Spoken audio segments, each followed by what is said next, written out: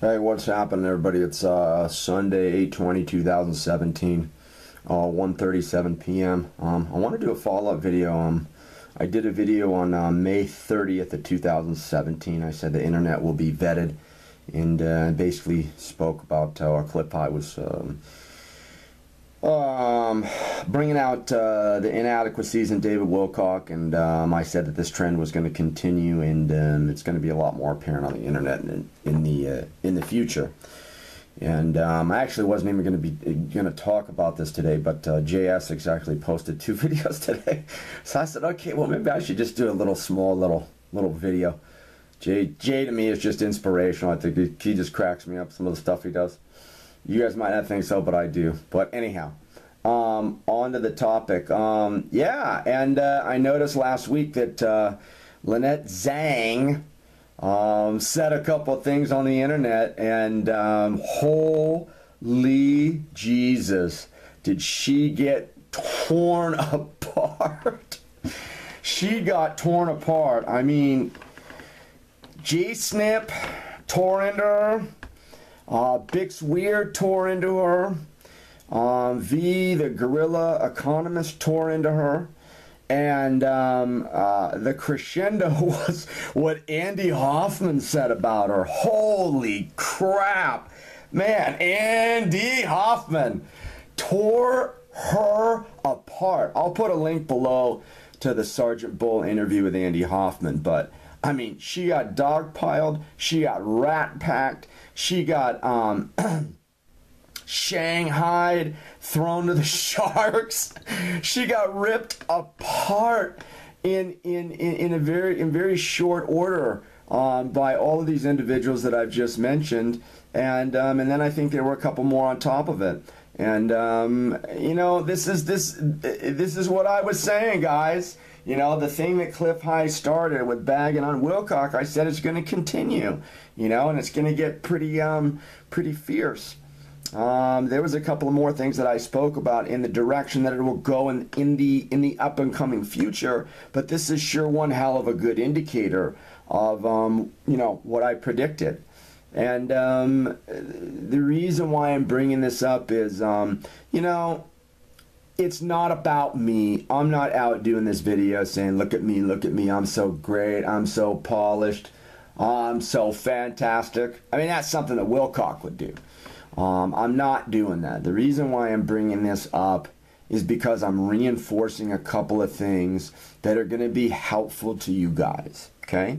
Number one, when you start hanging out with space humans and you start hanging out with extraterrestrials, or out-of-towners, as JS6 calls them, you start to get really in tune with things.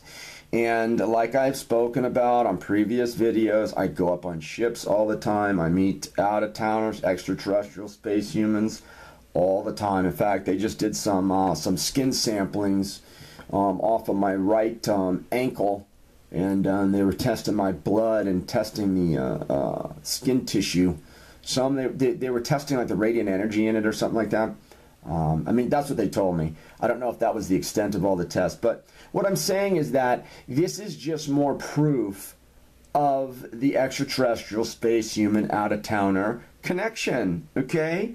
This is where the information is coming from, guys, just like on that last video where I was talking about the Secure Team 10 video. I told you like 3 months before that moon base or sphere or whatever was photographed or videotaped, I said that was going to happen. Where do you think all that intel is coming from? Where do you think all the information is coming from?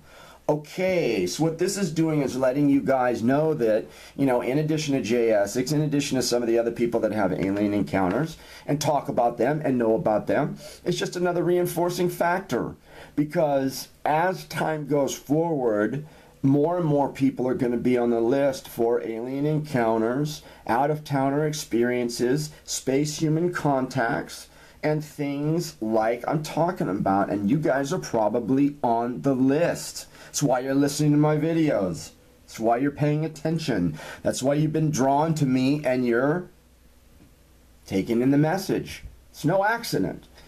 So I'm prefacing you guys. I mean, I was actually looking at one of my journals, and before I started going up on ships, I must have had at least at least 20, 25 ship sightings and groups of ships sightings. Like I would see a ship, okay? Then a few days later, I'd see a group of ships. And then probably about 2 weeks later, I'd see a bunch of lights in the sky. They were just sitting there hovering, not making any noise. I'd call somebody on the phone and tell them to get over my pad really quick, and it would disappear. I mean, things like that would happen. I'm saying there's about 20, 25 different things that I've written down before I actually started going up on ships. So the extraterrestrial space humans, out-of-towners, are very conscious, okay, of preparing you guys before you actually meet them and have encounters with them. So my showing you guys what I'm doing with them is getting into your subconscious and getting into your conscious mind to prep you before all of these things start to happen to you guys. All right? And what the space humans are doing now is they're basically starting out with the... This is a bad way to say it, but I got to preface it this way. They're starting with the most metaphysical, the highest vibrational energy people that are around, okay? And it doesn't mean that they're more advanced than the other people on the planet. What it means is that they're older spiritually. They're older. They've had more lifetimes. They've had more encounters over trillions and trillions and trillions of years. Okay, so they're actually just older.